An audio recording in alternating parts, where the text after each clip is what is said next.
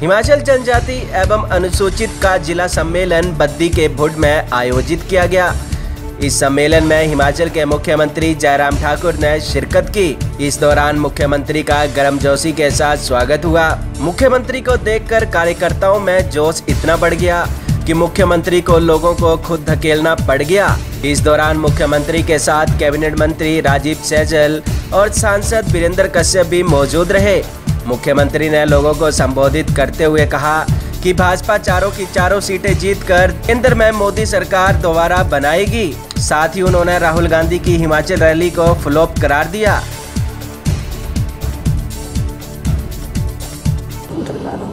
लेकिन उसके बावजूद नेताओं के साथ तो आपका बैठना होगा, बैठक है आपकी, उस चर्चा होगी। लेकिन यहाँ इस विधानसभा क्षेत्र में जो हमारे इस मोर्चे से जुड़े हुए साथी हैं, उनसे भी मिलना हो जाए, पार्टी के सब कार्यकर्ताओं से भी मिलना हो जाए, उस दृष्टि से एक आग्रह आया और हमने कहा कि जैसे ही बैठक समाप्त होगी उसके बाद हम निश्चित रूप से आप सबसे मिलकर के जाएंगे। लोकतंत्र के सबसे बड़े पर्व की शुरुआत पूरे देश भर के लिए चुनाव की घोषणा के साथ हुई है। इसलिए भाई और बहनों, मुझे आपके बीच में यह कहना है कि देश को मोदी जी की जरूरत है और देश के साथ साथ हिमाचल प्रदेश को भी मोदी जी की जरूरत है। ऐसी परिस्थिति में हम खुद के साथ खड़ा हैं। जहां तक हिमाचल प्रदेश सरकार की बात है, सरकार आपके साथ है। 1 साल का कार्यकाल पूरा हुआ है। हमारे कांग्रेस के नेता कुछ दिन पहले यहां आए थे हिमाचल प्रदेश में, राहुल जी, बस इससे ज्यादा प्रचलित नाम उनका कोई और है, मैं जिक्र नहीं करना चाहता हूं उसका, आप लोग जानते ही हैं। आए थे,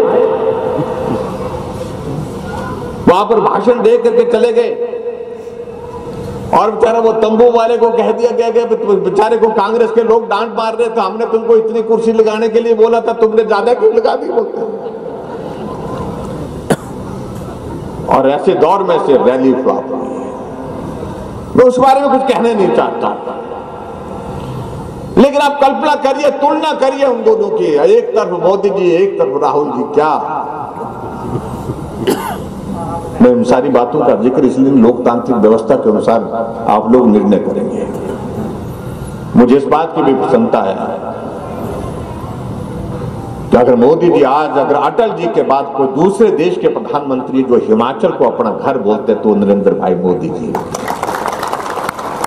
अभी कुछ दिन पहले जब उन्होंने पार्टी के सभी कार्यकर्ताओं को संबोधित कर रहे थे, वो तो संबोधन में बात करते करते जब हिमाचल का जिक्र आया, तो हिमाचल से जब हमारा शिमला से उनके साथ कनेक्शन हुआ तो उन्होंने एक बात कही जो हिमाचल के सिवाय किसी दूसरे प्रदेश को नहीं कही। दूसरे प्रदेश के पार्टी के साथियों से भी बात की, लेकिन हिमाचल का जैसे जिक्र है, अरे हिमाचल तो मेरा अपना घर है, मैं हिमाचल के गांव गांव में घूमा।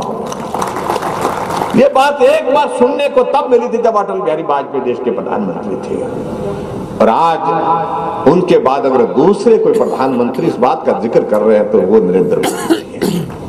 आज मैं उनके प्रधानमंत्री जी से मिलता हूं तो मुझे कहने लगते हैं कि जयराम उस गांव में सड़क पहुंची कि नहीं पहुंची।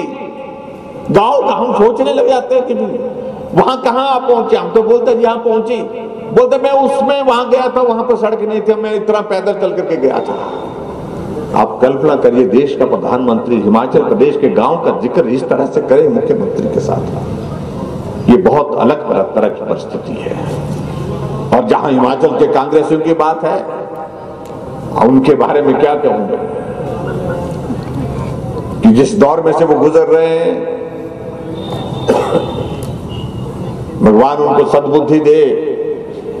कई सालों के बाद उनको पार्टी का नया अध्यक्ष मिला, कहा कि उनका अभिनंदन करना है, स्वागत करना है, स्वागत का कार्यक्रम रखा। और स्वागत का कार्यक्रम जब रखा गया पार्टी के मुख्यालय में, राजीव भवन शिमला में, तो कुर्सियां चली, सिर फोड़ू कार्यक्रम हुआ। हम तो नहीं, फिर कहने लगे दूसरे दिन अखबार में, ये भाजपा वालों की साजिश है बोलते हैं। अरे वहां कौन भाजपा वाला अंदर था? सिर फोड़े, सिर में टांके लगे, लहूलुहान हो गए। तो इसलिए ऐसे दौर में से गुजर रही है। और हिमाचल प्रदेश में अगर हमको कहते हैं कि 1 साल का कार्यकाल बीत गया, जयराम ने कुछ नहीं किया, कुछ नहीं किया, मुझे उनको समझाने की आवश्यकता नहीं है। मैं ये कहना चाहता हूं कि 1 साल के कार्यकाल में हिमाचल प्रदेश में एक जो वातावरण खड़ा हुआ, एक शांति का वातावरण, बदले की भावना से काम ना करने का वातावरण, एक माहौल पूरे प्रदेश में खड़ा हुआ। आप कल्पना करो, पहले सरकार में क्या होता था? हर रोज की खबर होती थी, आज इस नेता की पेशी उस कोर्ट में है, अगली तारीख इतनी तारीख को लगी, आज इसको जमानत हो गई, आज इसकी जमानत पर अर्जी अगली तारीख को टल गई। यही खबर होती थी। 5 साल तक यही चलता रहा। लेकिन जिस दिन से आप सब ने हिमाचल प्रदेश में भारतीय जनता पार्टी की स्थापना की, आज वो खबर ना पहले पन्ने पर है अखबार के, ना ही अंतिम पन्ने पर है। कोई हिमाचल प्रदेश में इस प्रकार का माहौल जो है, देवभूमि जाना जाता है हिमाचल। हमने कहा तुमको समझ में नहीं आ रहा है, कहा कि हिमाचल में काम नहीं हो रहा है। मैं उनको यह कहना चाहता हूं उनको कि 1 साल का कार्यकाल हिमाचल प्रदेश में हमने 70 साल के ऊपर के सभी बुजुर्गों को पेंशन का प्रावधान किया, और तुम तो उनके मरने का इंतजार करते थे, कहते थे कि जब 80 साल हो जाएगी तब पेंशन लगाएंगे। बोलते हैं 80 साल का मतलब ये होता कि जब आदमी चला जाए, इस प्रकार का प्रावधान करके रखा था।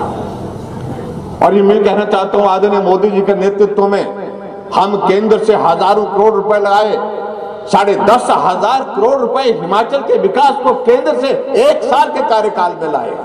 और हमसे पूछ रहे कि क्या हुआ? तुम सत्ता में थे, सरकार में थे, और 1 साल के कार्यकाल में 500 करोड़, 700 करोड़, इससे ज्यादा कभी हिमाचल प्रदेश को 800 करोड़ इससे ज्यादा नहीं आता था। और 1 साल के कार्यकाल में 10,500 करोड़ रुपए नरेंद्र मोदी जी ने हिमाचल के विकास के लिए दिए। अभी विधानसभा के सेशन था, तो कांग्रेस का एक नेता जो है, वो जो विपक्ष का नेता, उनको थोड़ी ताजी जिम्मेदारी मिली है, वो बड़े जोश में। मैंने कहा भाई ज्यादा जोश में मत हो भाई, इनके इलाके से है, सतपाल जी के ऊना जिले से, गर्म इलाके से है। तो मैंने कहा हिमाचल में बहुत विधानसभा के अंदर हमसे पूछने लगे कि पैसे कितने आए। हमने कहा कौन से पैसे की बात कर रहे हैं?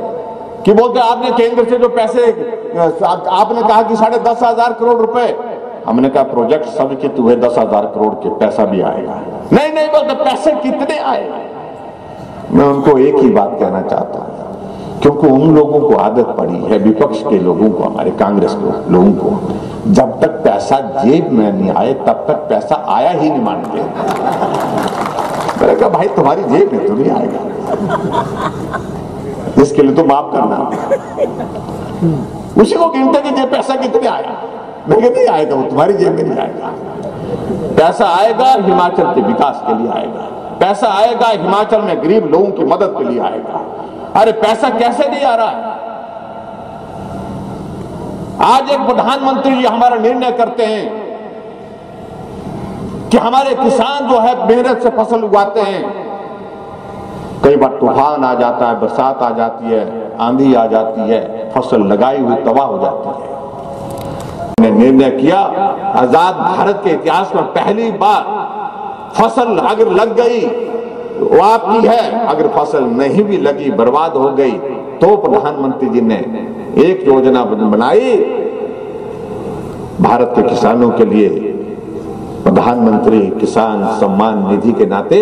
और उसके तहत क्या किया गया कि आपकी फसल आपकी, लेकिन 6,000 रुपए जिसके पास 2 हेक्टेयर से कम, 25 बीघा से कम जमीन है, उसके खाते में साल का 6,000 रुपए आपको बिना किसी इसके जो है आपके खाते में आएगा। और मैं देख रहा था कि हिमाचल प्रदेश में अभी तक जिस दिन से योजना शुरू की है, हमारे हिमाचल प्रदेश के, क्योंकि यहाँ 2 हेक्टेयर से कम तो 90% किसान हमारा जो है उस श्रेणी में आता है, जिसने औपचारिकताएं पूरी की है, जिसने फॉर्मेलिटीज कंप्लीट की है, उनके खाते में 2-2 करोड़ रुपए हिमाचल प्रदेश में आना शुरू हो गया और अभी तक लगभग 40 करोड़ रुपए हिमाचल के किसानों के खाते में सीधा प्रधानमंत्री जी के यहां से आ गया।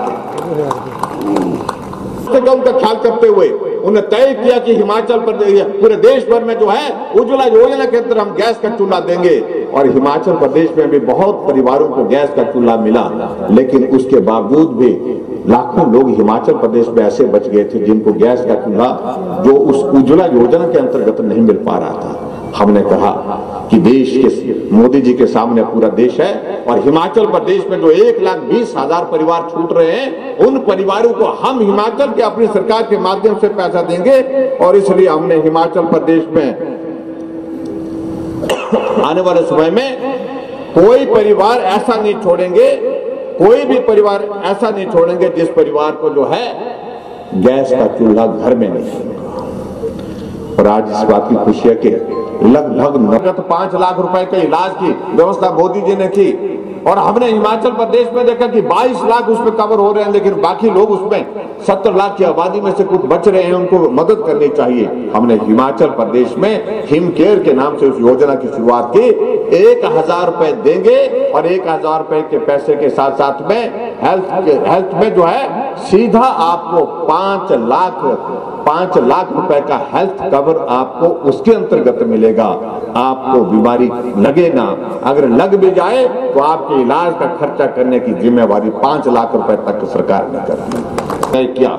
ऐसे गंभीर बीमारी के कारण जिनका इलाज जिंदगी भर चलना है और एक परिवार के किसी आदमी को लगातार उनकी सेवा के लिए वहां रहना पड़ेगा, उनकी मदद के लिए हमने हिमाचल प्रदेश में अब की बार बजट में प्रावधान किया, और बजट में प्रावधान क्या किया कि सहारा योजना, उनको सहारा देने के लिए, मदद देने के लिए, परिवार में आपका सदस्य अगर ऐसा बिस्तर पर लाचार होकर के पड़ा है, 2,000 रुपए महीने की मदद हम सरकार की ओर से। सरकार तो और भी रही, लंबे समय तक रही, एक बार नहीं कई बार रही, लेकिन कभी इस तरह से सोचा नहीं गया। ऐसी चीजों को लेकर के हमने काम करने की कोशिश की है। और इस बात के साथ साथ में मुझे ये भी कहना है, आपके ही इस विधानसभा क्षेत्र से एक हमारा राजेश ऋषि करके जो आपका दामाद और नालागढ़ विधानसभा क्षेत्र के रहने वाले जो हमारे नौजवान अभी कुछ दिन पहले ही जहां जाकर के किन्नौर में जो है उनकी शहादत हुई, ग्लेशियर आ गया। हमें बहुत अफसोस हो सारी बात का। परिवार को शक्ति दे ईश्वर उस दुख को सहन करने की, और सरकार की ओर से हर संभव मदद को भी जितनी भी उनको दी जा सकती है वो मदद हम उनको पहुंचाएंगे। आजकल के चुनाव के दिनों में हम बहुत बातों का जिक्र नहीं कर सकते हैं, लेकिन जो भी मदद जिस रूप में उनको दी जा सकती है उनको मदद देने की हम पूरी कोशिश करेंगे, और ईश्वर उनको इस दुख की घड़ी में जो है वो इस दुख को सहन करने के लिए ईश्वर ताकत दे।